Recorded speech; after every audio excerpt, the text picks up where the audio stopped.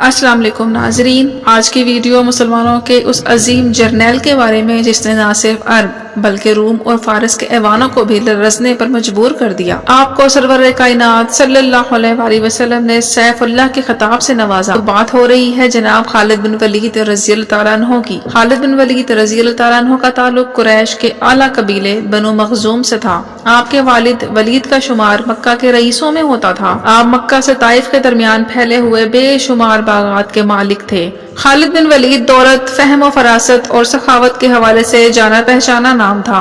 आप 19 साल तक इस्लाम के दुश्मन रहे। ग़ज़वे बदर और ग़ज़वे उहद मुसलमानों के खिलाफ लड़ी।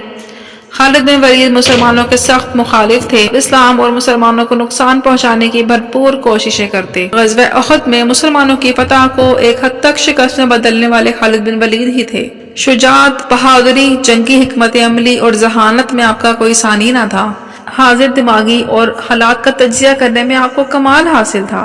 इसी जहानत, मामला फहमी और हाजिर दिमागी ने आपको बहुत बेचैन कर रखा था। आपको समझ नहीं आ रही थी कि क्या करें, अपने आबाओ अजदाद के मजहब पर कायम रहें या तेजी से बढ़ता हुआ मजहब इस्लाम कबूल कर लें, क्योंकि कफार की मुकम्मल तैयारी, जदीद हथियारों से लेस और अददी बरतरी के बावजूद उन्होंने पे दर पे निहत्ते मुसलमानों से शिकस्त खाई थी। इस बात ने इन्हें ये सोचने पर मजबूर कर दिया था कि वाकई इस्लाम सच्चा दीन और सरवर कायनात सल्लल्लाहु अलैहि वसल्लम अल्लाह के सच्चे और आखिरी नबी हैं। मक्का के खुले मैदान में नबी करीम सल्लल्लाहु अलैहि वसल्लम अपने साथियों के साथ नमाज ज़ोहर अदा कर रहे थे, तो खालिद बिन वलीद ने सोचा कि ये बहुत अच्छा मौका है, नमाज की हालत में इन सबको शहीद कर दिया जाए और इस्लाम का सिरे से ही खात्मा कर दिया जाए। खालिद बिन वलीद फरमाते हैं कि नबी करीम सल्लल्लाहु अलैहि वसल्लम ने मेरे सामने नमाज ज़ोहर अदा की और वहीं पर क़याम रखा यहाँ तक कि नमाज असर का टाइम हो गया, और नबी करीम सल्लल्लाहु अलैहि वसल्लम ने और उनके साथियों ने नमाज असर भी इसी मैदान में अदा की। मेरे जहन में ख्याल आया कि अब मैं इन पर हमला कर दूं, लेकिन फिर से मेरी हिम्मत न हुई। तो मुझे यकीन आने लगा कि इन लोगों के साथ जरूर कोई गैबी ताकत मौजूद है। वो दिल से नबी करीम सल्लल्लाहु अलैहि वसल्लम और इस्लाम की तरफ खींचे चले जा रहे थे। मक्का में हज का जमाना करीब आ रहा था और मक्का की रौनकें अपने अरूज पर थीं, लेकिन बनु मखजूम का ये शहजादा गुमसुम और बेचैन था। इनकी सोच का महवर सिर्फ इस्लाम और इसकी बढ़ती हुई ताकत थी, और एक गैबी ताकत इनके दिल में मोहम्मद अरबी सल्लल्लाहु अलैहि वसल्लम के लिए जगह बना रही थी। दरीसना खालिद बिन वलीद रज़ियल्लाहु तआला अन्हु के भाई ने आपको खत लिखा। बकौल इनके आपके भाई ने आपको खत में ये अल्फाज लिख कर भेजे कि मुझे ताज्जुब है कि तुम इस्लाम से इस कदर नफरत करते हो, हालांकि तुम्हारे जैसा अक्लमंद और दानिशमंद आदमी कभी इस्लाम से दूर नहीं रह सकता।